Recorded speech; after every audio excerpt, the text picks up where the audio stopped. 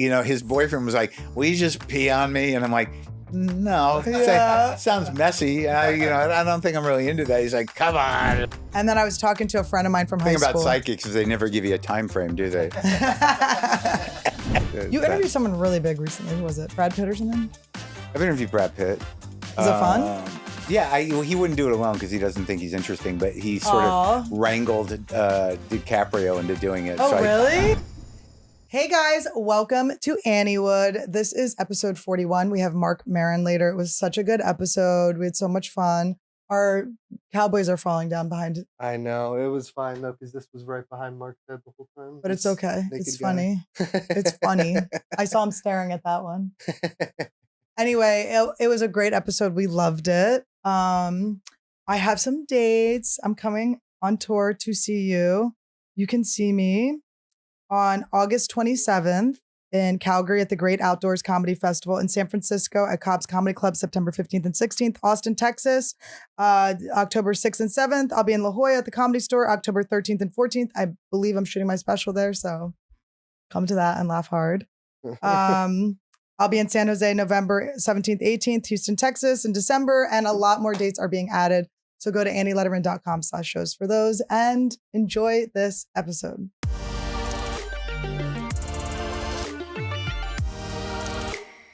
Welcome to Anniewood. No intro? Hi, guys. Welcome to Anniewood, episode 41. Magic. I'm 41. Jesus yeah, you're Christ. 41. Let's list the other 40. Well, I would have wanted you earlier. Am I still I've been big? asking Am I you. a reasonably big get?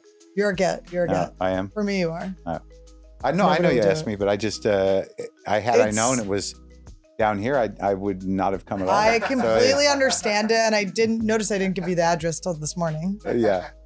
But it was okay. It You wasn't could have bad. canceled. Huh? You could have canceled. I wouldn't have done it. My fear, I have a healthy fear of you being mad at me. Oh, really? That's fine. I didn't know that I would use that now. I actually was like, I felt like you were mad at me, and I was like, I'm going to not engage with the anger I feel like is coming really? towards Are you me. like in recovery of some kind? I am trying to not engage. Let's just say I'm trying to detach. Disengaging? Detaching. Disengaging, detaching. Oh, you've got some Al-Anon history, don't you? I went to AA. That's how we first met. Right. Well, I have a theory too that, okay, so But you come from chaos, so you have to learn yeah, how I come from chaos. to detach. Well, now it's like, yeah, because I don't want the cortisol, the spike. Yeah, I wish I could. You're still into it? Not from that, but I'm back on I'm back on nicotine lozenges. I know. And Can I have one? coffee. Yeah. Do you know? Do you? You do got them? me into these. Yes. Listen, I have like. You want a whole 4? Or is half it a cherry 4? still? I'm no, half. I use cinnamon. Cinnamon. Okay. Oh, cinnamon's good. Half a 4. Half. Yeah, of course. I'm not a monster. What animal is doing 4? Me in the morning. Oh. Like Do you like the sting of it? No, the first one down. I want to make sure that within an hour of being awake, I'm nauseous. Yes.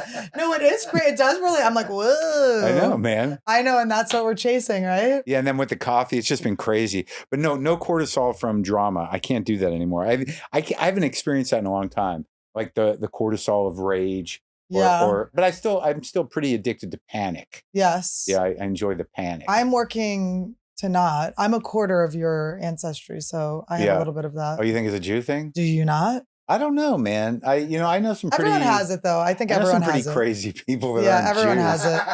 But I do feel it is my Jew rising. I guess I see. Like I was on the plane with Orthodox, like Hasidic Jews. Mm-hmm. They didn't look panicked at all. Well, they're the true chosen ones. They're looking at us, going like, "You guys are fucked. We're garbage. We're trash." Yeah, but total trash.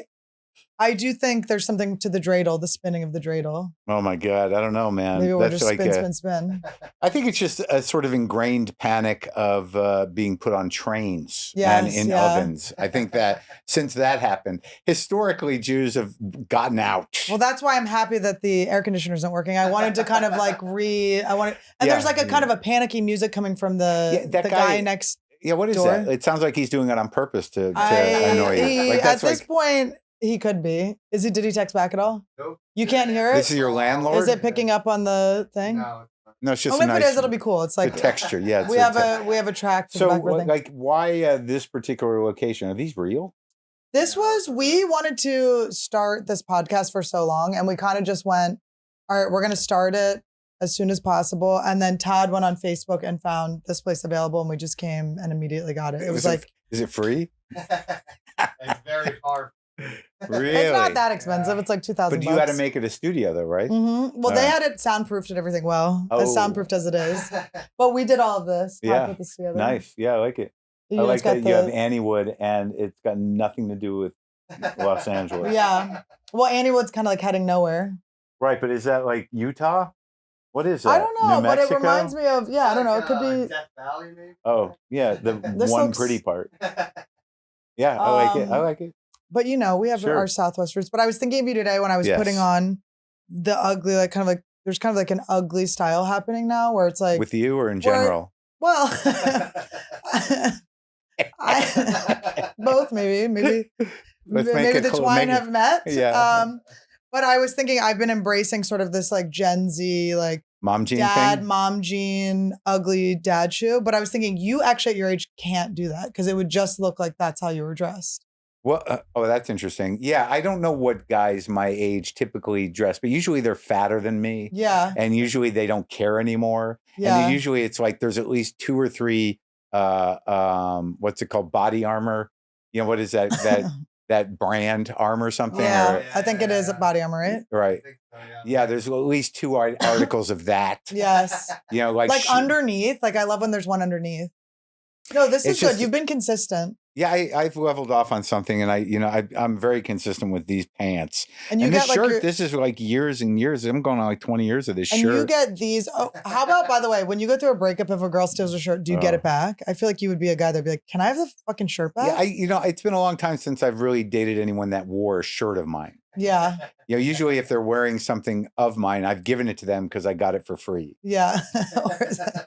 I'm just imagining like the girls that you're dating have such big boobs, like they can't fit in your like fit shirts. No, it's not that. I guess there was a period there somewhere in the past where they'd sleep in one of my button-down shirts, but I think those days are over. Now, do you think? But the mom jean thing is interesting because I didn't know what to do with it at first. I didn't think it would ever stick because we went pretty much from like the hip hugger thing, like low waist business. Well, low waist was like early 2000s, which is coming back, which is actually very offensive. Weird, that's back. Is it offensive? To me. Oh. There's not a chance. I like the mom jeans though because like it seems like on a level of womanness, they're very pussy forward. Yeah. Like because they're way up here, so like everything like it's you get an idea. Yeah, it kind of like it's that whole thing. You gotta be careful with them though, I guess. I feel like I look like, honestly, like maybe like President Obama from the waist down. Well, the New Balance thing, are they cool or no? New Balances are cool now. They are. Because I just got a pair of limited edition New Balances from some New Jersey skate shop. They just sent it to me. I like that. The Jersey City. It's some arena there. It used to be Roosevelt Stadium. I don't know.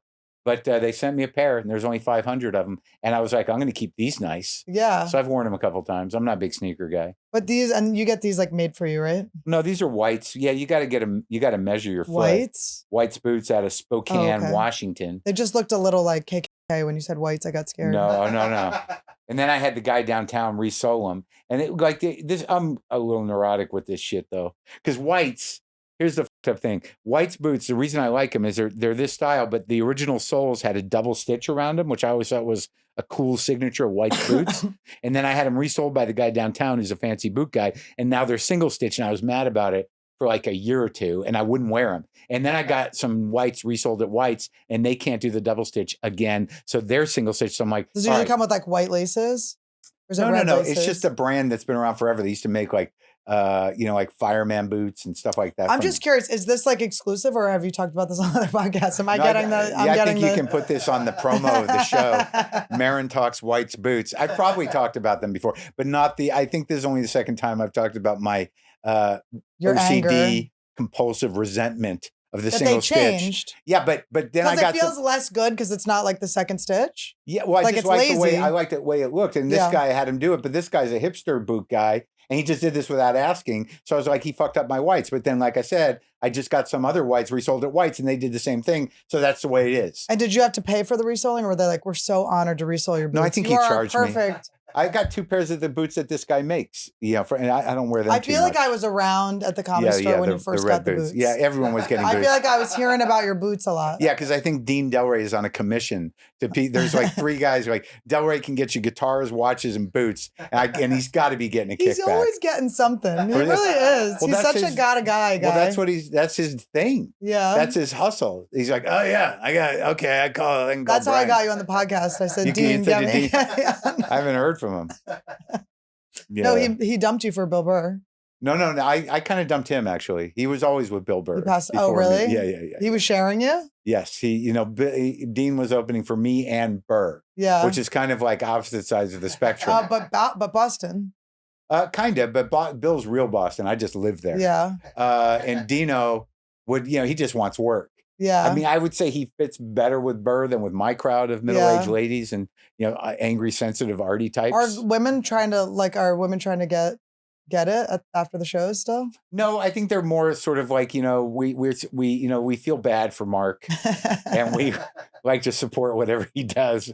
A couple of them kind of want to get it, but I think it makes them nervous, the idea of actually getting it. Well, I remember opening for you in Philly. Oh my God, did I even have a following then? I think I did. You did. Right. No, you did. You did. Yeah. You had like a crazy following because I remember people be like, this was like a religious experience. I was like, my God, don't say that in front of him. That was early on, right? In the podcast, right? It was, yeah, but it was like, it had hit. Because before I met you, I'd listened to it. And I remember I met you on Twitter and then we went to an AA meeting and the AA meeting, you were like, the one I'm going to is at 8 a.m. And I was like, this is a test. Yeah. I was like, this mother like, if she wants to go to an AA meeting, was it a good meeting?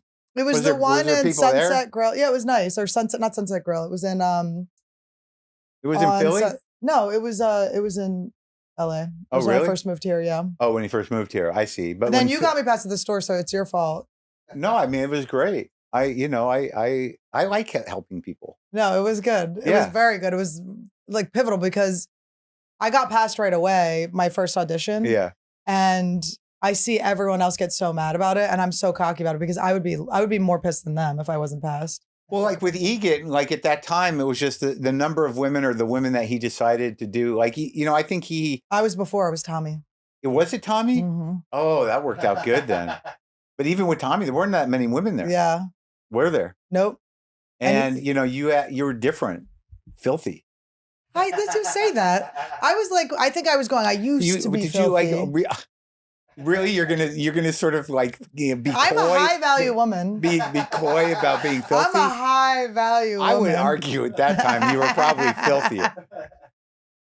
I think at that time I had just quit drinking, so I was talking a lot about like how I used to be filthy, and then that got misconstrued a lot. I got a lot of lean-ins at meetings. You're misunderstood? A lot of lean-ins at meetings where I was like, whoa. Not AA meetings. Yeah. Like, you mean that, like your jokes are too complex, the filth in them? I think they were too like over everyone's getting head. But I'm trying to remember the Philly trip because I remember like you opened for me. I don't know. How did that happen? Was it Norton? Who recommended you? I feel Maybe like it Norton. was Yeah, I was working with Norton. Yeah, a lot. Right? Uh-huh. And or something. And then we had fun. We drove around really fun, in the car with the eBay, my mom's eBay drop-off store car. I really wish I had a picture of that. That would be so funny. I feel like I met your family too. Did I meet him? Yeah. My family came. I think you were rude to my older brother. Everyone has to be. Really? He does a thing where he tries to like neg his way in. Like he probably was like, you were all right. And you were probably like, ugh. Yeah, I don't know how that negging works. Why does that negging work on people? It works on girls, and you know how that works. I don't really. I mean, I'd read about like I interviewed that guy who wrote that book, you The did? Game. Was Neil he Strauss. wearing his feather when he came in? Well, I don't know. He took a full turn. Did he? Yeah, he is in sexual recovery. He was a compulsive sex person, Oh, but wow. he wrote that whole book about that whole world. And now I guess there's a whole world in the what is it called, the manosphere or the maniverse, or like where like it's all about that, the game. Yeah. But I still don't like, is that something one But does? do you think that's like what fans do too? Like there's something like because Opie and Anthony was kind of my first like moment where I got any fans, and it was like, those are the best fans, those guys. I mean, can you imagine? It was wild. There were some really good ones. There were some like some shining you knew their stars. Names. Yes, you did. Yes, because you're like, oh my God, you're being so nice. You didn't say, call me a flat-titted bitch. I'm Joey from I called, right? Yeah.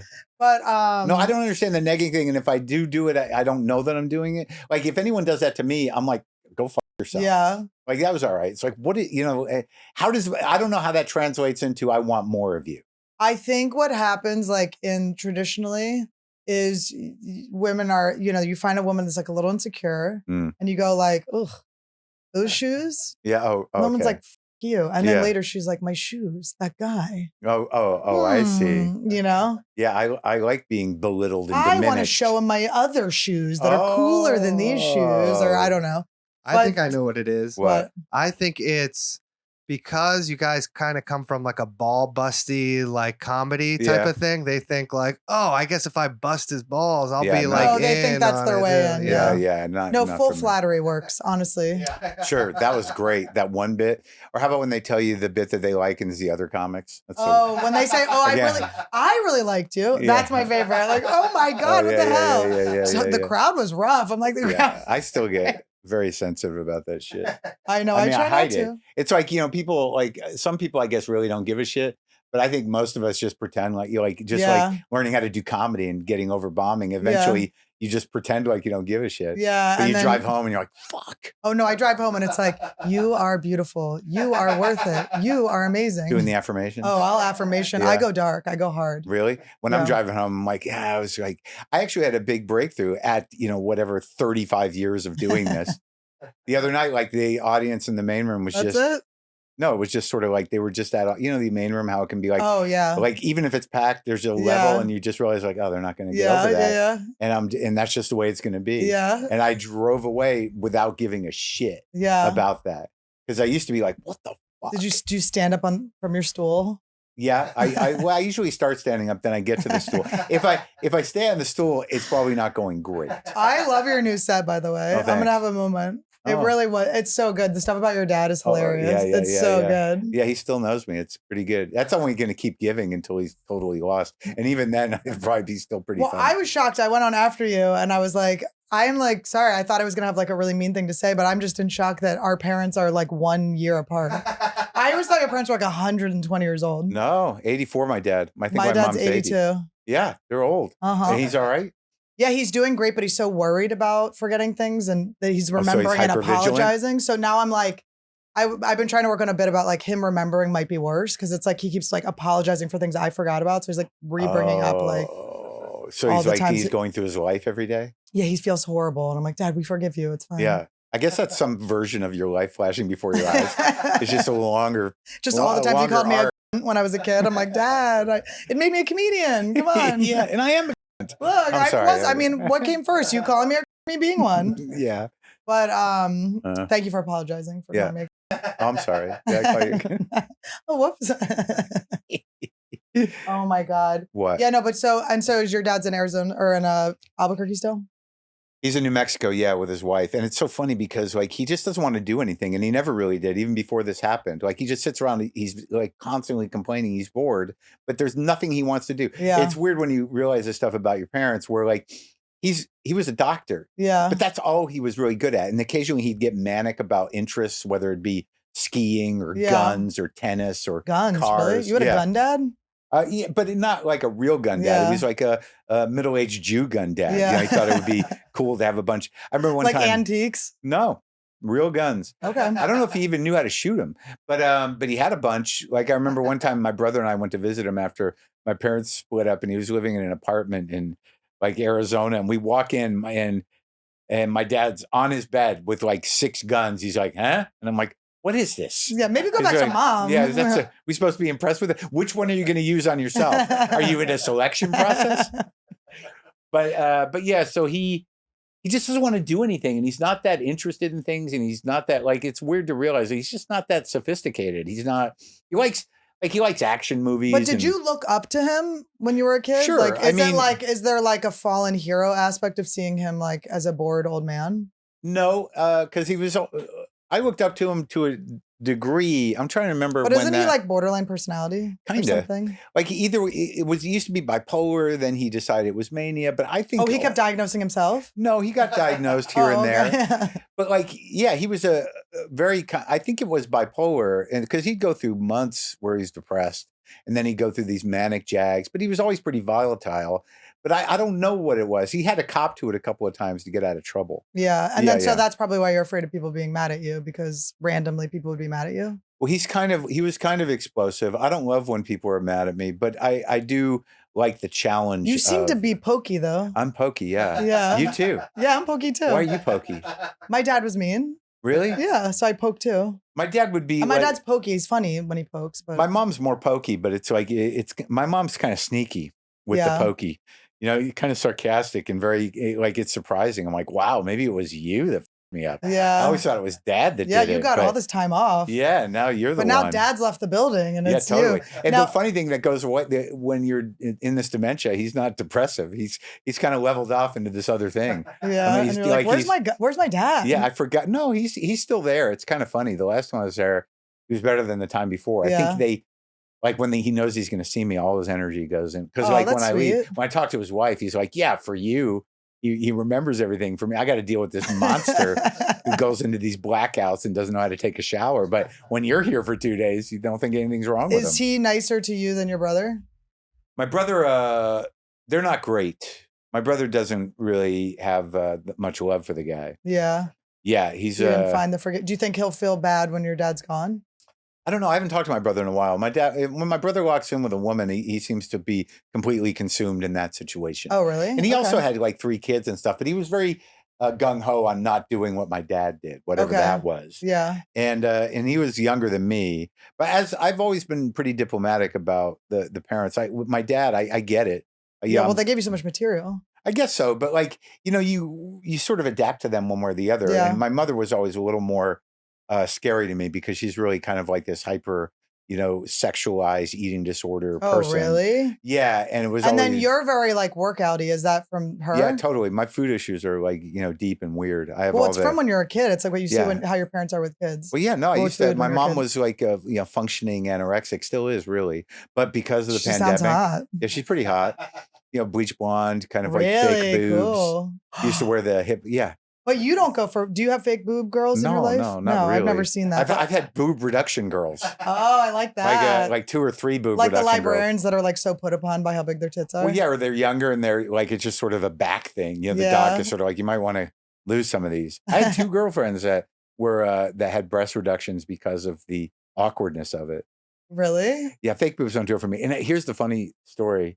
That like I didn't really know. Like I got a call from my mother. It was like I was in my 40s. It was just on a machine, a message like, "Hi, I'm going into the hospital. No, it's not a big deal. Don't worry. I'll call you when I'm out." And I'm like, "Shit, what's going?" So I call her, and I'm like, "What's going on? Where are you going to the hospital?" She goes, "Well, I'm having my boobs redone." And I'm like, "What do you mean redone?" Oh my god! And I'm like, "When were the first ones put in?" She's like, "I don't know. You must have been 13." And I'm like, "Oh my god." All these years, I just thought you had great tits. And like they got all. You're holding women to this like high standard. Like she had these perfect boobs, and now it makes sense. But she got some of the first fake tits, and that's brave. And I got into more details, and she's like, "Yeah, I guess they calcified." I'm like, "All right, yeah, well, I don't need to hear about good that. luck with the new ones, Ooh. But she was always kind of flirty and weird. I used to bring with you, of course, yeah. Wow. Weird. Even Todd might be flirty and weird with you. Oh, really? I can handle it. Do guys hit on you? No, not since college, but I kind of check out of the gaze if I feel it happening. Like, it's like, I walk around pretty sort of open anyways. Yeah. But if I catch one of those guys, and I'm like, nope, no, not for me. Don't waste your time on this one. Yeah. The outfit might be confusing. In college, I had a professor that was obsessed with me, and that went on for a while. Really? Did you use it to your advantage? Not really. Maybe he did give me a better grade. I never really understood the class. It was a philosophy class. It was existentialism. But he was one of those guys like, we should have dinner. And I'm like, okay. And then like I got the, well, you're gay conversation. Oh, you should just own it. Yeah. You should just. That's always the seed planting. I had a girl in Santa Fe that was like that with me. She was like, you never thought you were a lesbian? That means you're a lesbian. I'm like, what? It does? What? And I just feel so straight. I know I read pretty butch. But the funny thing is like this guy in retrospect was totally predatory and completely inappropriate.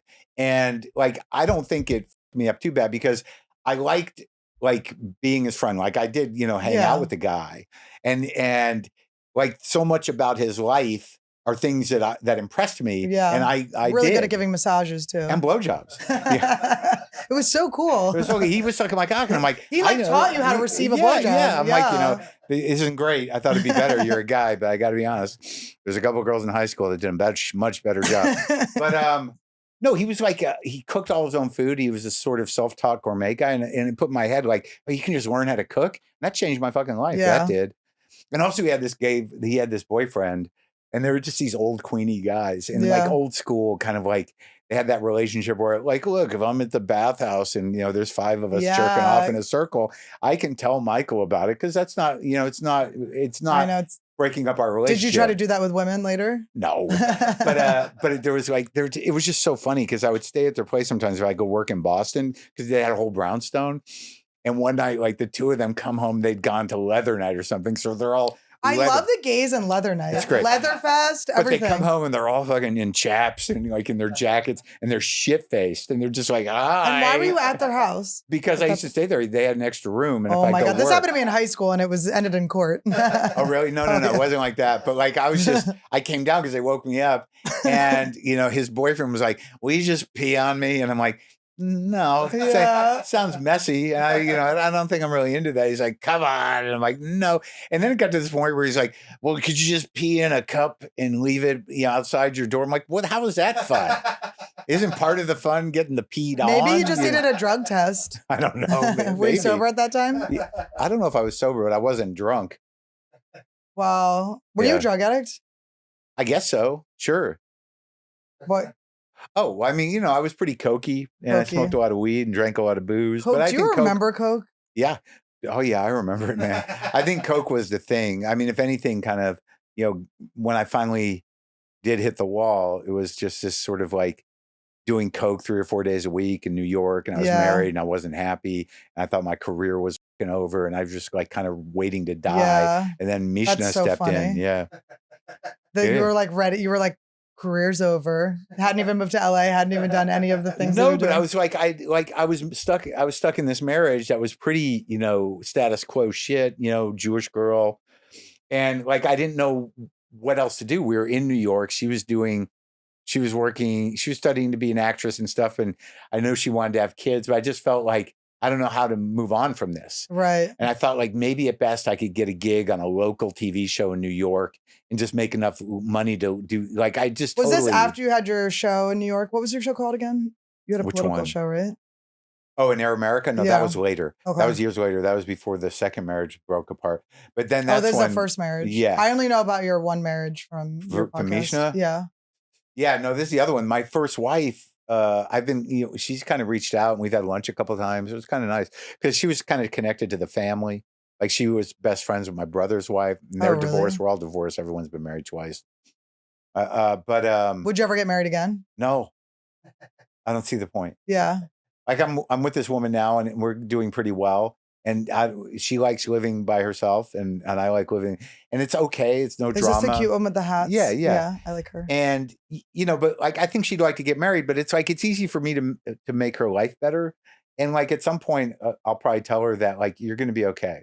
I'm not going to let you dip. Yeah. Is there any way that we don't have to do the whole marriage thing? But I think women at least once want to do the whole princess treatment marriage thing. I don't know why. Interesting. Now we just got engaged and everyone goes, well, when are you getting married? I go, what? It's like not even, I'm like, oh. Usually, that's because a lot of people think that engagement means you're going to get married soon. No. I want to be married because I like to share my life with them. And I think it's like sweet if we're like legally together. But the idea of like planning a wedding and like a dress. And... Well, yeah, I think that no matter what the scope of the marriage is, because like the second wedding, like there was no way that was going to work. And, she got me sober and I was newly sober and I was crazy and ragey and she was beautiful. You knew her, didn't you? I didn't know her. No, I've seen pictures of her. But, it's like that wedding. It was like I got that job in New York for Air America, and I was going to have to leave and spend a lot of time in New York. So I'm like, let's get married. We got to get married now. And we've been getting engaged for a little while. Yeah. And literally, it was like the backyard. Her mother officiated. Yeah. And we were like, no dads allowed. And we invited 10 friends each. Yeah. And that was it. Yeah. How was that not doomed? The no dads allowed doesn't imply health. Yeah. Well. And we just knocked it out. And then that lasted maybe 2.5, 3 years, and then she just left me. She was done. Yeah, and I get it now in retrospect. Are you cool with her yet? No, I don't think she's cool with me, and I've not seen her or run into her since like 2007. Well, she was like doing comedy when you were together, right? Right. Well, she got out of comedy. She's a writer, and she wrote a script that became a film based on a video game. I think that vampire movie, like the Sam Richardson was in it, Michaela Watkins. It was like they are within or something. It was about a town full of vampires. It did pretty well on Netflix. I don't remember what it was called though. But and her husband's a writer, and I think she's okay. I don't know. Well, if the writers, maybe they're not that good right now. Not right now. So glad I picked stand-up. Oof. Yeah, me too. And podcasting. Yeah, right? podcasting. When they were like trying to cover podcasts, they were like, "Come on, guys." Yeah, give us a break. Sarah. Yeah. Sarah, we love you. Yeah, but I don't know how they could cover podcasting because it's we are our own bosses, and we're just soaring, and that's got to. But unless you're like involved with a bigger network, right? I mean, unless you're an Amazon podcast or something, I could get that. But what are they going to do to independence? Also, what a bummer to be an Amazon podcast. Yeah, that when you could just be your own. Blew it.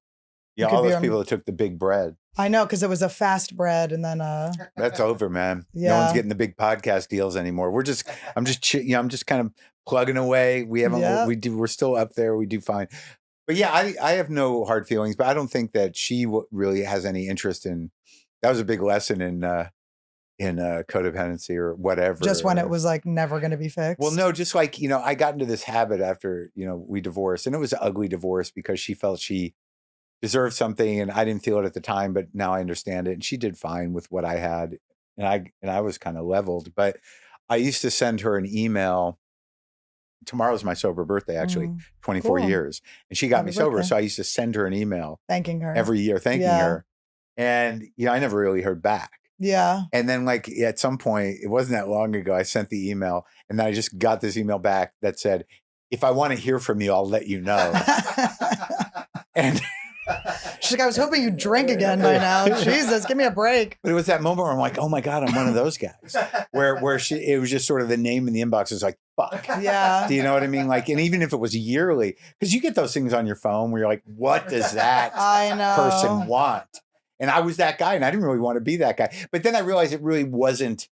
It was really just that desire to engage. Right. It wasn't really, I was and honestly you want things to have like not be horrible, worth nothing or whatever. Maybe. Well, yeah, that's what I learned with my first wife. She's like, because the first time we had lunch, she was like, "I just didn't know if you gave a shit." Did you split it 50-50? No, I think I bought it. Yeah, but of course I gave a shit. Like when you're with somebody.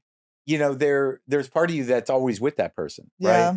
And certainly when I saw her, it was like completely familiar. We were family, and I don't know what it would be like with my second wife because it's been really so long with absolutely no contact, and I don't know her life. And my belief is that she kind of looks at whatever our relationship with it was at this point as sort of this mistake or this bad judgment thing, and that's what happens. Even if it's after a certain number of years go by, even if you were together 7 years, it was like.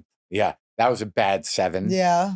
And it was a long time ago. So I don't know her life and it's fine. But I'm just surprised I've never run into her. All I want is just to run into her to see what that feels like. It is so weird when you run into someone that you were like that close with. Like I've never been married, but I've lived with people and stuff. And you run into them and it's like, yeah, of course I still like love parts of them and stuff, but you're like, sometimes it's like too familiar. Well, like if you were that close, it's like there's some part of it that never goes away. Yeah. There's a connection. Right? Yeah. I used to do a bit about that. It was like I remember when the second wife left me and I was just devastated.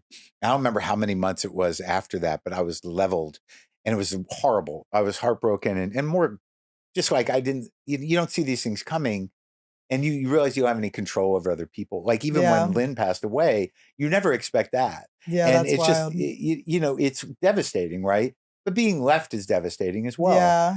Well, you got left in basically forever by the second one. And she was so cool and so pretty and so awesome. Lynn. And you were like writing a movie together, weren't you? Yeah. Did you think, were you like, can I still finish the movie?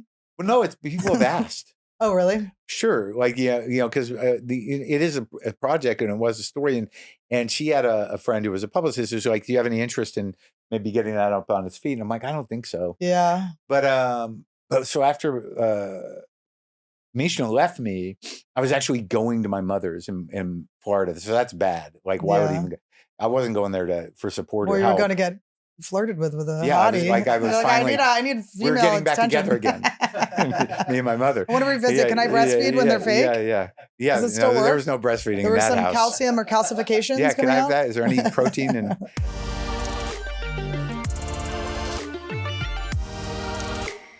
Oh my goodness. Let me say, I have been on a journey, a ripped and rich journey. Oh, this is a long journey. And I'm going to tell you something. Mark was talking about how he really enjoys that he cooks for himself.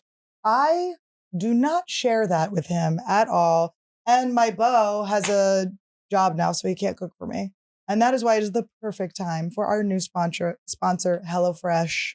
Okay. We all love baking grandma's famous chicken pot pie from scratch. Ooh, my 3 favorite things. But grandmas and famous people and chicken and scratch. and scratch. But we don't have that kind of time. And honestly, I don't ever want to do that. I have no interest in making a chicken pot pie. When your schedule is crazy and you can't afford to be standing in line at the grocery store or crying over chopped onions one by one, it's time to get farm fresh, pre-portioned ingredients sent right to your doorstep with HelloFresh. The only thing that would make cooking fun is HelloFresh, okay? It makes home cooking fun, easy, and affordable. And it's no wonder they're America's #1 meal kit. Todd, we love to cook these things together because we have about 2.2 seconds to make our food. Listen, Todd and I, we're happy. We love spending time together, but we have skinks now. We have snakes. We have things to take care of. He's got a whole Netflix job, okay? I have a whole comedy career. We have a dog. We have things that we want to do, okay? We've relapsed on true crime. Things. We have things to watch. We don't have time to be shopping and chopping. So that's why we love HelloFresh. With 40 chef-crafted recipes to choose from every week, there's always something new for us to try.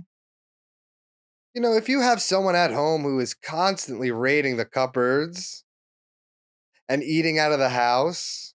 Eating you out of the house. Eating you out of the house. Eating you out. I don't understand. Okay. The house and home. Don't panic. HelloFresh can help with that too. Shop the HelloFresh market and add snacks and sides to your weekly order and keep everyone satisfied. And don't let them eat you out of house. You know, I love those sides. You know, I'm a sides guy. He is a sides guy. He loves sides. You know, some baked potatoes, some mashed potatoes, some grilled potatoes. Oh, he loves grilled potatoes. Fried potatoes? Fried potatoes. Boiled. Oh my God. He loves boiled potatoes. Little broccolini is good. I love a nice broccolini. Boiled potato. It's kind of like his personality. Oh my God. Go to HelloFresh.com/50 Anniewood and use code 50 Anniewood. That's 50 Anniewood for 50% off plus free shipping. That is a steal. That's HelloFresh.com/50 Anniewood and use code 50 Anniewood for 50% off and free shipping. Get ripped and rich with us, baby. Oh, we're so exciting. If you have spicy poops, fight the fire with Hello Tushy. Let me tell you, sometimes it's like a battle between good and evil with the streams coming out. Todd sometimes has Taco Bell flavored. And those volcano tacos, let me tell you guys, there was a volcano coming out of my taco, my back taco. He doesn't have to ask for the fire sauce. He has his own. And sometimes you need to combat that heat with a little cold and water to wash it out. The Hello Tushy bidet cleans your bum with a fresh stream of water that is 2 times better than wiping and prevents poo particles from spreading to your hands and everything you touch. And we touch Randy a lot. Before our Hello Tushy, he was, honestly, I thought he was a brown dog. I thought the dog was brown. I said, is that my spray tan rubbed off on him? Or did I not bidet away the tush? It attaches to your existing toilet, requires no electricity or additional plumbing, and cuts toilet paper use by 80%. A Hello Tushy bidet pays for itself in under a year. That's amazing. I love that. Oh, I love saving money. I always spend all my money on toilet paper. So instead of suffering even more and wiping your spicy poops with stiff toilet paper, make the switch and start living your best bidet life. This is what I'm talking about. This is the product you need. This We have one on every toilet, and we have a lot of toilets. Okay, guys, we know you guys have been out there buying it. We get a little notice in our ears. You know, our ears ring every time you guys buy. My butthole kegels every time someone buys a bidet.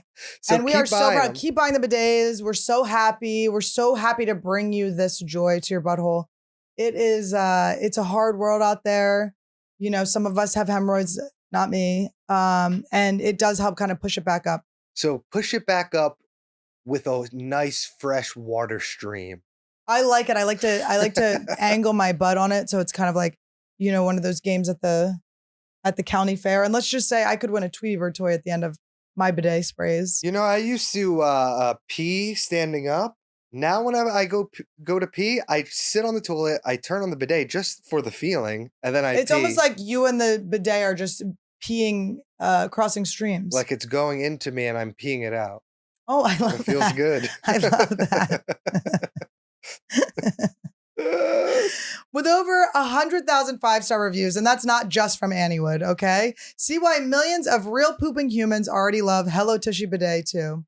Every Hello Tushy Bidet attachment comes with a 30-day risk-free guarantee and 12-month warranty. Ooh, I don't want that job. Stop wiping and start washing. Go to hellotushy.com/Anniewood and use promo code Anniewood for 10% off your first order. That's hellotushy.com/Anniewood for 10% off. hellotushy.com/Anniewood. And guys, my whole family is a Tushy family. Her whole family. But so anyway, so I know that my first wife heard about it because she's friends with my brother's wife. Right. So she knows that, you know, and my breakup with her was horrible because I was, you know, having an affair with Mishna, and she found it was just, wow, okay, you know, she had every reason to hate my guts. So I'm walking through the airport and I see her. She's flying with her boyfriend somewhere. You know, my first wife. Yeah. And I'm kind of like, oh no, I'm just walking with my sad bag, and all of a sudden I hear Mark, you know, and she comes running up to me, and it's completely familiar. I mean, you know how they move, right? And she just runs up to me and she goes, "How you doing?" And I just started crying. I started crying, and she goes, "Not so good, huh?" And I'm so happy that she got that moment. Yeah. But as she walked away, there was some part of me that thought, like, "Can I just go with you?" Yeah, I made a mistake. I'm back. You know, like, who's that guy? I'm okay with him. He can be there too. Exactly. Yeah. Oh my God. Yeah, I was thinking about. I've had like a ex-boyfriend that reached out, and it's like, I just don't respond. Like, I'm not even respond. It's like, I think he's just thinking maybe I'm single and, you know, he can like bang me again. I don't know what it is, you know. I don't know. Like sometimes like I don't like the banging thing. Like I think it's sort of in your brain, but like a lot of times you just, after you get to a certain age, you just want to know that people are okay and alive and see, you know, what's happened in their life. I think. You know what I mean? Like I don't feel that for my first wife, and I know I wouldn't. I don't feel it for exes. Like the ex before Lynn, who hates me as well because, you know, I kind of left her for Lynn, but like I didn't see her for years, and like after Lynn died, she didn't reach out, which is that's pretty petty. Yeah. Even if you're fucking mad or hurt. Yeah. And then like I did run into her, and it was not great. I mean, it was, and you know, I felt like I had whatever. Did you try the crying again? No, I didn't cry. You didn't try to recreate the moment? No, because she was pretty cold. But she had to talk at me for a while, and I got that, and I knew she was angry, and she had to tell me about her life and how great she was doing, and that was all fine. Yeah. But she said something that was so disconcerting that I took because I thought, like, all right, well, she can be angry. But later I was sort of like, that was cold. Yeah. And then like I kind of can't even do it. Like, I don't even know why I'm honoring her privacy with that particular, but because like, I certainly don't know it to her. I'll tell you off mic. But then like a couple of weeks later, she's like, "Hey, I think I'm ready for us to have lunch." And I'm like, I'm not. There's no way. Yeah. I didn't feel good. Yeah. I mean, that didn't spark joy. Yeah. That was like cold blooded, man. Yeah. She's like, I have some more things I want to. Yeah. Exactly. I said, look, I'm not into being. She saw you take it and she was like, ooh. I thought like, I don't need to be tortured. Yeah. I get it. I had a boyfriend who I dated for like 3 years who, It was my bad. I really wasn't into him, and I just was like too weak to. So it should have been like a 2-month thing. It was a 2-month thing that was 3 years. I've gone 5 on those, and it was like, what a pussy! Like, and how narcissistic. I'm like, he'll die without me. I can't hurt him in this way. I didn't want the weird drama. I didn't want to deal with it, and the who gets the part. All of it was just like too much. Yeah. But I just suffered through it. I would turn the light off when he would come home. Like I would see him. He probably saw me turn the light off. But I like didn't. I would just pretend to be asleep. Like I just couldn't, for like 3 years. Just couldn't stand really. It. Yeah, it was bad. I appreciate the not cold water. Sorry, but it is nice. Fancy. Nothing's cold here. This was very grateful you came. But I don't know about the whole exes and things. Like because I'm old, like I've made that mistake where like people who come up to me like a woman sort of like, hey, and I'm like, you're gonna have to name a city and a time period. Name a genital. What level did we get to? What base? Does that happen to you? I mean, I never was like, I wasn't like as a public figure or going out on the road and stuff drunk. So I remember most. Yeah, I had a lot of years of that. Yeah. Well, I kind of remember bits and pieces, but I like think Santa one time. Fe, it's like, if I go back to Santa Fe, it's like. Yeah, what was the Santa Fe time? When was that? That was before comedy? You went to St. John Hopkins? No, I went to the College of Santa Fe that went out of business. Oh, not the philosophy school? Not the good one. No, not the one where you have to read. Do you think I went to a place where I they made remember I books? talked to you about this and you had this. No, I went to the College of Santa Fe and I was there like on and off for 7 years. Wow. From my freshman year was 9/11. And then I was moved to New York in 2008. So I just was really like, when I go back to Santa Fe, that was my boozing, my crashing my scooter. I was always bleeding and I was crazy in that town. There's a couple, like there's one instance, like I really think I fucked it up. Like there's someone from Albuquerque that I knew all my life. And, and I always had a crush on her. And I think we tried to have sex once, but it wasn't totally registered because I saw her many years later. And you're like, should we give it a go? And she's like, do you remember when we tried? It wasn't that. It was like we were talking about when we had a crush on each other. And I'm like, oh my God, did we? And she's like, well, I'm glad it was so memorable. And I'm you're like, oh. She's been telling her friends. She got to live this podcast of this. But I did kind of remember it, because like as a dude, for some reason, like I've actually had sex when I didn't want to. Yeah. Because I felt like I should. Yeah. Well. What? Welcome to womanhood. No, I know. Finally. It's like I've had sex with 3 people that I've enjoyed, and they're all Todd. Every single one of them is the man sitting there. Yeah, no, it it's wasn't very I weird. didn't enjoy it necessarily. It's just sort of like you didn't let it become a core memory. Well, no, it was sort of like sometimes you have desire, and other times you're like, I can do it. I can do this. And because you want to like fulfill that crush. Right. Right. Or you want them not to be disappointed. Yeah. Right. Well, so the guy that I lived with for 3 years, when I was on vacation with my brother's kids, we were at like a carnival and Todd wasn't with me. I was just like with my family and I'm like waiting with my nephews for this ride. And I'm like looking at these people and they just like look so familiar. And then I realize they're that guy's best friend and his wife and his kids who like they came and stayed with us. And it's just from this life I just didn't want or choose to remember. Who did you sleep with though? What's that? Who had you slept with? I had slept with, I had lived for 3 years with his best friend. Oh. And so I saw them and it was the most awkward because he had been very clear he didn't want to like maintain a friendship or anything like that. And I was like, okay. Yeah. I didn't want to have one with you this whole time. So that's great. And so I didn't even ask how he was or anything. Like it just wasn't. And so they're just. It was weird. Yeah, I guess I've had some awkward times. And also like, it's weird when people want, like, there's some part of me that if somebody wants to have sex with me, like, I feel like I should. Right. I think were you not cool in high school? No, not really. It took me a long time to get the hang of sex. Yeah. And I definitely didn't have any game in high school. Yeah. I think that not having game in high school creates men that are like, I have to have sex with anyone who offers. Yeah. I can't. There's so many. No, I mean, no, it's not, or you feel like you would like to. Well, yeah, because like, I'm like, well, why not like if she wants to do that, well, you know what I mean? Even if I don't want to again, but now that I'm in a thing, that and the sex is good, it doesn't. You go, oh yeah, I have this. It's okay. Oh, not to do it. What? It's getting hot in here, guys. If you're looking at his facial expression, it's just because it's hot. What do you mean? Well, because you're just like, yeah, I have this thing, but oh no, like we're good. I didn't even know it would become a good thing. yeah, because it started pretty casually, pandemic wise. I think that's in how deep it grief. works. Yeah, but it's sort of like we've hung in there, and she's like a good person, and it's fun, and she, we don't fight, and I'm not freaking out.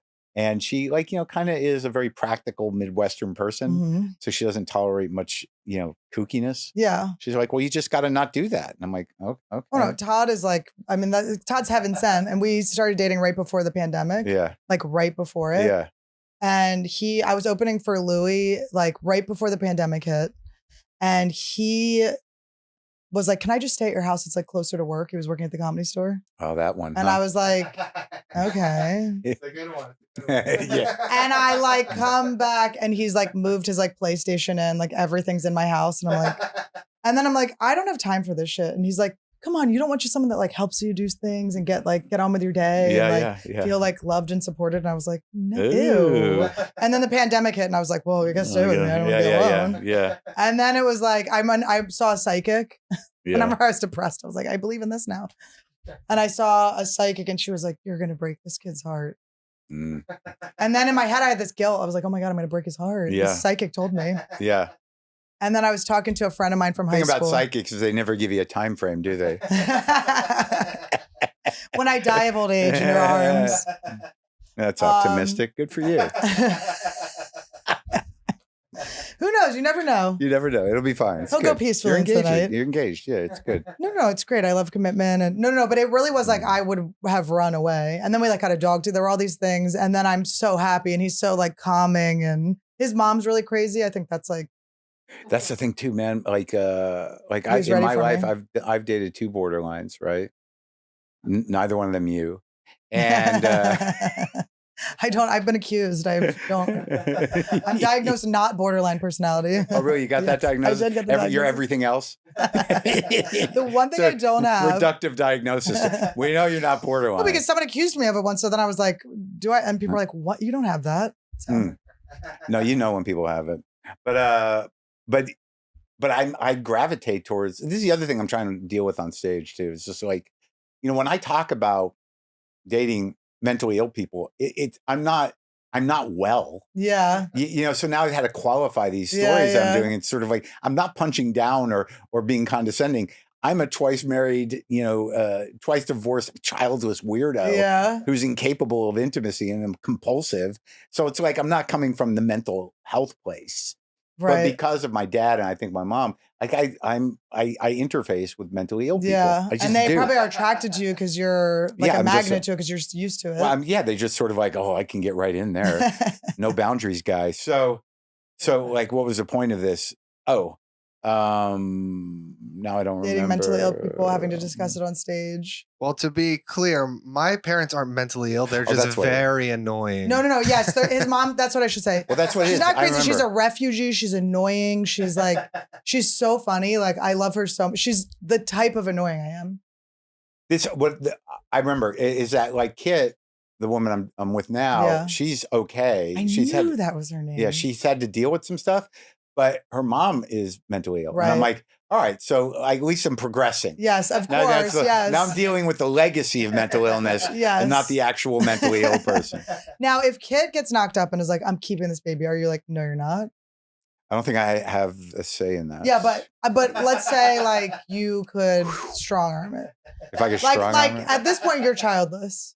You've gone your whole life childless. But would you look at this as this is a miracle? I don't think I look at it that way. Life has handed you. We talked about it a lot, and she really is kind of not into the having kids thing. Yeah. For one reason or another, she likes cats. Yeah. And I have cats, and I don't know. That's how you lured her in. You said my girlfriend died, and I have cats. Can you come over? Do you like to knit? Basically, yeah. Well, she was working at the Humane Society. Oh, wow. And that's what you needed at that time. Yeah, I needed someone to take care of me. Yeah, you were stray. You've been abandoned by your mama cat. Yeah. I don't know what I would do. I mean, I know guys that have had kids at my age, and I don't know that it's great. Yeah. But a lot of them just don't seem to give a fuck. But I'm too panicky about that. But I don't know. If she had one, I at least know that I could, at this point, leave enough money for I think for the kid to have a life. Yeah, to go to therapy. Yeah. I don't like. I don't know that I wouldn't be excited. Yeah, but I would man up to it. I think. Yeah. I could see you with like a baby Bjorn on. Sure, but I definitely try to convince her not to keep it. Well, yeah, you just like persuasion. I do what I could. Listen, I talk for a living. Have a seat. Like, it's not. You like, sit on this. You pull the stool up. You do it at the comedy store. Yeah. I keep a stool in my car in case I have to have a deep conversation with Kit. Do you feel like when you sit and you see other people sit, they're copying you? No, most people don't sit. I mean, most people will make fun of me for sitting, but it's like I like it that you sit. It's a tradition. I just couldn't imagine. I'm like so ADD. I'm like I've done that too, though, and like at some point, like the real reason that I started sitting is weird because it usually would happen when I wasn't doing well to sort of counteract the idea that I was failing or I was uncomfortable. You're like, let me level with you guys. Kind of. Yeah. Like, let me get to your level. Was I being too big? Right. In a way. If I sat down, it was sort of like, all right, well, I'm going to just lean into this failure and stay up here much longer. And then it started working. Well, it was okay. But then, a lot of, Cosby would sit and Shelley Berman would sit. A lot of the old guys sat. Yeah. I mean, the stool used to be used. Yeah. I mean, the stool is not up there just as a prop. It is crazy that the stool is just always up there. Yeah, it's a classic. I'm the crazy one for not sitting on it. It's a classic setup. But not many people sit. I have so many things with me. I have to put things down. Mm-hmm. Yeah, I used to do the pacing thing and do the over, But that's too much. Yeah, like too much me. It's me like being like. It's too much me. Well, after Brody died, I was talking about this with Nikki Glazer. But after Brody died, I started bringing like a fake sword on stage. Like I don't know. I just was like, I have no more rules, and it was to like look at me. Like I would smack the tables. Yeah. There was no like reference to it. Oh yeah. I just had this toy sword. So it was sort of like I remember. Emo Phillips used to take a. I think it was a trombone on stage that he'd never referenced. It's funny to have just like a puppet sitting there. Yeah. You can do like that kind of stuff. They're like waiting for it. I kind of like that. Yeah, it's kind of funny. I never brought anything, no props on stage for me that I remember. I've tried a lot of outfits. No props. Really? Did you ever wear a suit? Yeah, I mean, like if you watch like the history of my Conans, it's like just a disaster. I mean, there's an infamous like leather pants episode. It had the leather pants and a Nehru jacket, different haircut. I once went on Conan with wearing a shirt a guy made me that I had met 2 days before. I'd met some guy in my neighborhood in Queens, and I was married to Kim at the time. We met this couple, and he's like, "Oh yeah, I'm a fashion designer," and he was a very funny little guy. And I'm like, "All right, well, you should make me some clothes." And I said I was doing Conan on Friday. He's like, I'll make you a shirt. It was literally like made out of like curtain material. And he made me some pants. And it was just like, what am I doing? I'm never That was so nice of you. Were you like afraid because you had told him that you would do it? No, I didn't know what the hell cool was. I never knew how to dress on TV. It was always like I grew to believe that like after many mistakes that if you go on stage with stuff you don't usually wear, it's going to look ridiculous, right? And then I did a special wearing this fucked up, flannel shirt. A red flannel shirt. It looked terrible. And I wore it all the time. And I'm like, and then on the special before the last one, I went out and I wore a vest that I buttoned up and like a collarless shirt. And and I'm like, what am I doing? And you're going to be in Under Armour next time. Right. But I thought it was like professorial or I thought it looked cool, but I never wore the vest again. Yeah. Never. And then finally on the last one, everything came together. I got a stylist.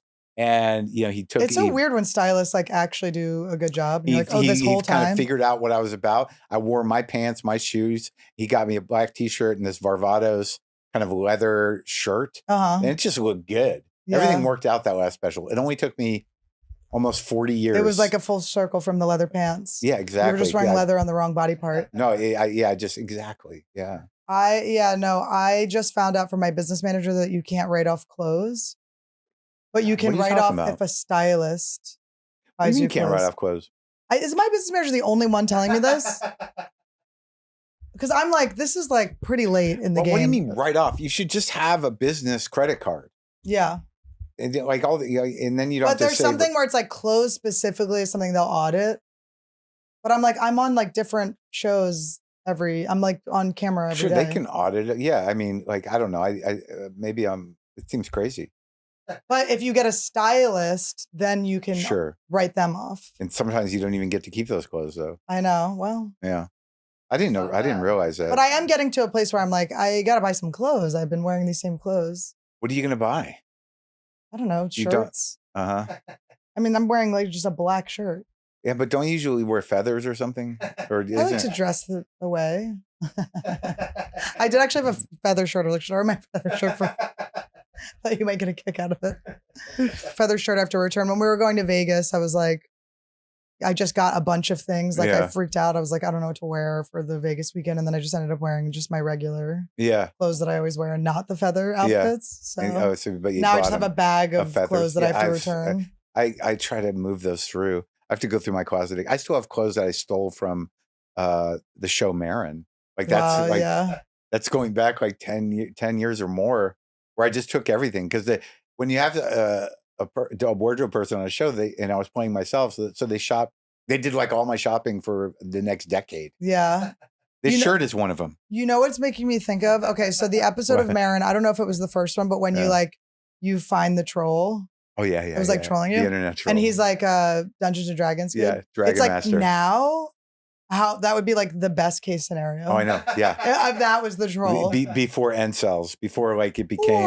Or it's just like a very like well-to-do person with a family, and you're just like, monsters. You're trolling me? Like, you have a good life. Like, why are you now involved in this? It's like that episode of what was that show that no, I'm not. It was called, had one name. 80 Bryant's show. Oh, Shrill. Yeah. Yeah. There's a troll episode on that. That's great. Yeah. Similar theme. Well, I think that was based on, I can't remember someone's book. Lindy West or something. Yeah. Yeah. And she was like major fighting the troll. And then the troll was like, someone was dying of cancer or something. There was some sort of like storyline where it was like very sad. Oh yeah. What the troll was. I thought it was just this weird rich guy that. Oh, maybe that's what it was. Yeah. I like her. That was a good show. I don't think it lasted that long. Did it?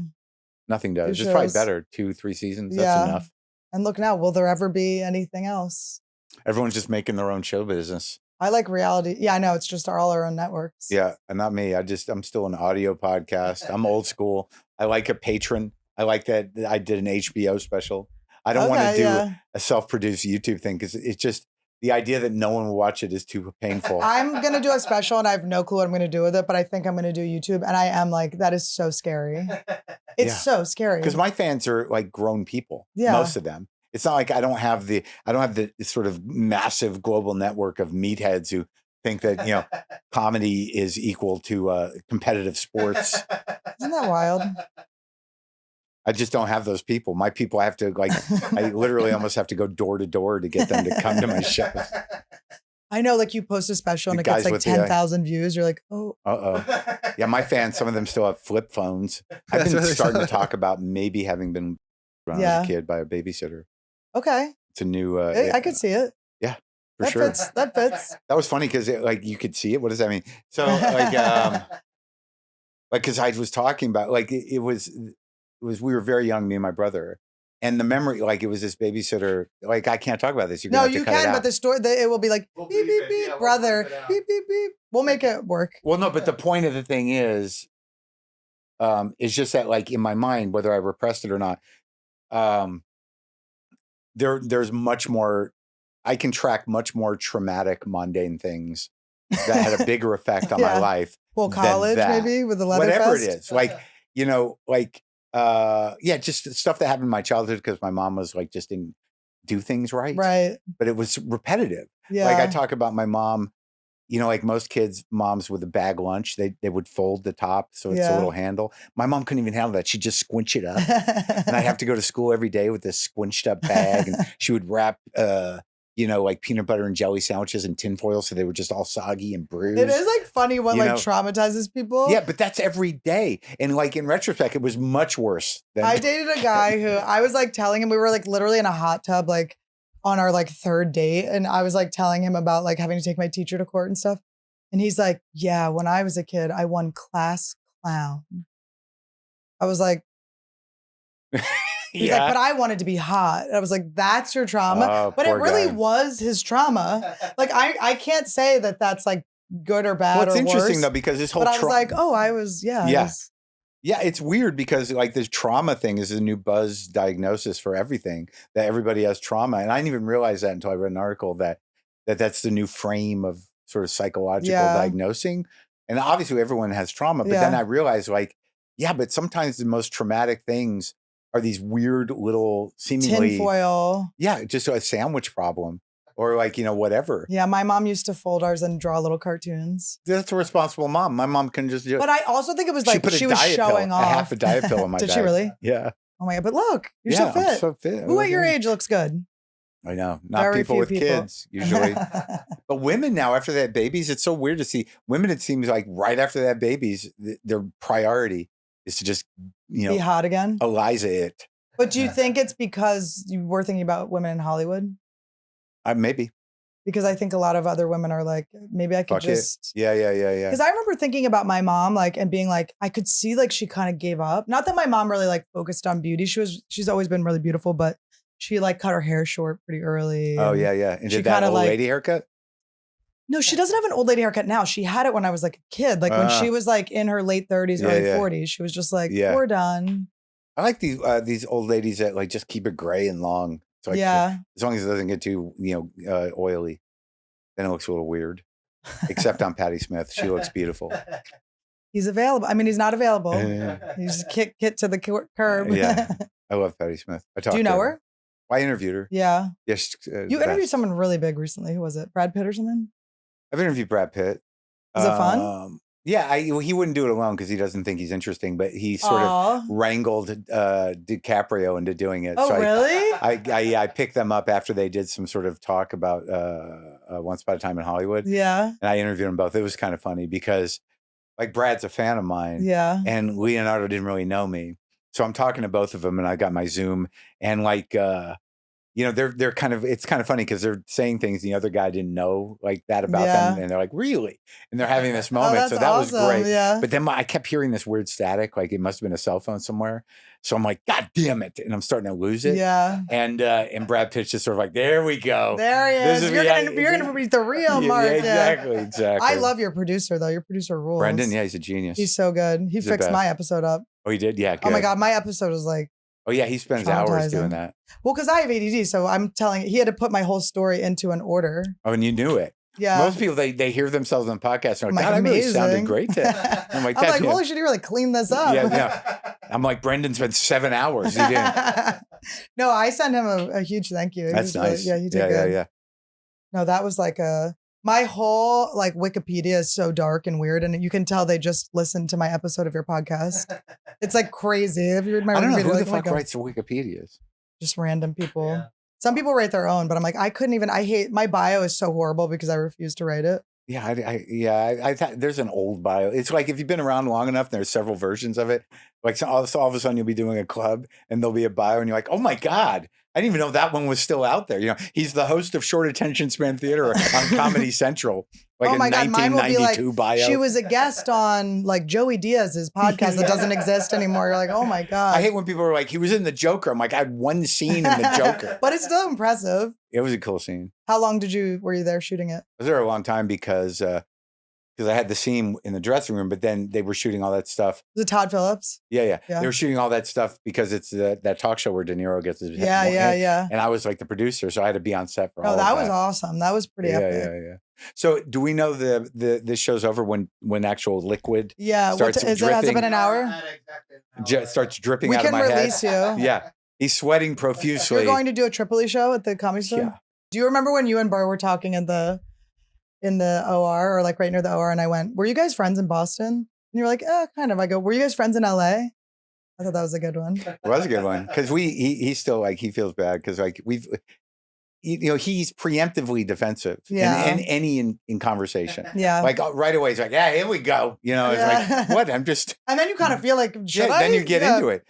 But we had a kind of a weird fight in the green room, in the main room. And I think he still feels bad about it. But he was actually started long after me. So we were never in Boston. Oh, okay. He came up with, I think, Dane and Patrice and Bobby Kelly. So were you like pissed when he... I was gone by then. Were you pissed when he like rose to... Yeah. No, I don't know. I think he's good. He's He great, does a yeah. thing, yeah. No, I mean, I think I accept my place. Yeah. Yeah, You I got a was good never. place, though. Yeah, I was never destined for Yeah. arena shows. Yeah. It was not what I Well, was doing. I went to the Taylor Swift concert last night, and I was like trying to Oh. imagine like how like comedy happens in these I'm like I mean, there's so much Well, I pyro did that the has to oddball happen. thing, for like 20,000. You just have to have jokes that have definite endings, and you have to Right. wait a little longer. I know, for them to go all the way. Yeah, yeah. But I was thinking, like, you can't come out and be like, I got mad in traffic today. Like, your opener can't I think be. you can. Really? Again, you just have to be confident, make sure it's funny, and then wait. I know. I guess you'll really know when you're bombing in front of that many people. What's hard to, I can't tell, though. Opening, a lot of guys like started in the 70s opening for bands. It was a nightmare. They all hated it. Yeah. Because you're the last thing they want to see. But the oddball thing was all comedy, so they knew what they were getting. But still, for me, it was like, why would you want to do comedy at this venue? Yeah. And the answer is money. Yeah. They make a lot of money. And then I was like trying to imagine, like, if I'm up here and that person's that small, am I still having fun? But I think it's the shared experience. You're still. Well, she's something else, apparently. Crazy. Was it a good show? It was 44 songs. Wow. It was 4 hours long. I mean, she's it's like amazing what she's doing. It's amazing. And everyone, like, it was just all of these like gay guys and women and like some boyfriends, but there were very few straight guys there. Like in my head, I thought like maybe she had Teenage penetrated. girls. But it was like, but teenage girls, she's been around for so long that the teenage girls are like in their 30s. Also older too. And like, but you see these videos of these teenage girls just losing they're it. screaming. And my niece is 11. I told her I was going to the concert and because I kind of didn't want to go. I wanted to go for the cultural event and I wanted to like see what it was. I'm not a huge like Taylor Swift fan, but now I'm like so impressed by her. Yeah. And everyone knew every lyric to every song. But my niece is 11. She was like, you're going, Auntie? Like it's like, she was amazing. Yeah. I've tried to kind of get into the music a couple of times. I get it. Like the new record, I liked one song on there because it was sort of sad. I think I'm kind of an emo girl inside. Yeah. No, she has she's got good ones, but also it's just so impressive. Like she was saying I think she made 3 albums during the pandemic. Yeah. And she's re-releasing her old ones. I gained weight. I stole her. That's all I did. I gained weight and I meditated a lot. Yeah. All right. This has been good. We did it. You feel happy? I feel great. Thank you for having me. Thank you for coming. Mm-hmm. I know it was so easy to get here and it was so cold in this room. Fine. Sorry we froze you out. Yeah, I know. I got to go put a sweater on. Do you want to tell everyone where they can see you? When's this going up? It goes out next Thursday, week? Yeah. Yeah, I got dates coming up in St. Louis and in Denver and in where else? Are you doing theaters? No, I'm just doing clubs to work on the hour. Are you bringing people or are you still doing just one man? Yeah, I'm bringing Bites to Salt Lake City. She's great. Yeah, and I'm doing Vegas at the Wise Guys, but there's a few markets that I really can't sell theaters that well. Yeah. So but some of them I can, but Wise Guys rules. I'm gonna do like regular club week to work out the hour. Yeah. And then I'll tour in the spring or whatever. At the How theaters. do you write that? You have an office you go to write? Well, no, I write on stage, but I have an office now that I just want to use because, I had it for my old house because I didn't have room to deal with shit that was mailed to me and stuff, and I wanted to have meetings and stuff in there. But now I cleaned it all out again, and I just want to have a different space that's quiet where I'm not distracted by shit in my house. You're so prolific. You have so many hours. I know, but it just happens on stage most of it, and then I organize. I did a little writing today. Yeah. Yeah, and reading. I just want to have someplace to sit where I don't feel like, I should go do some laundry or cook something or eat something. Just a place where it's because people keep going like, what's your writing process like? Because I haven't figured it out yet. Yeah, talking is my writing process. 15 years in, I'm I don't know. It's just something comes to me and then I say it on stage. That's later. right. That's me too. And then you remember. Yeah, but I need to go. I think there's some fine tuning. Just outline. Yeah. You did. Make lists. Yeah. There you go. Okay, good. We did it. Thanks. We learned. All right. Thanks, Mark. We really do. We love each other. It's the meat and potatoes.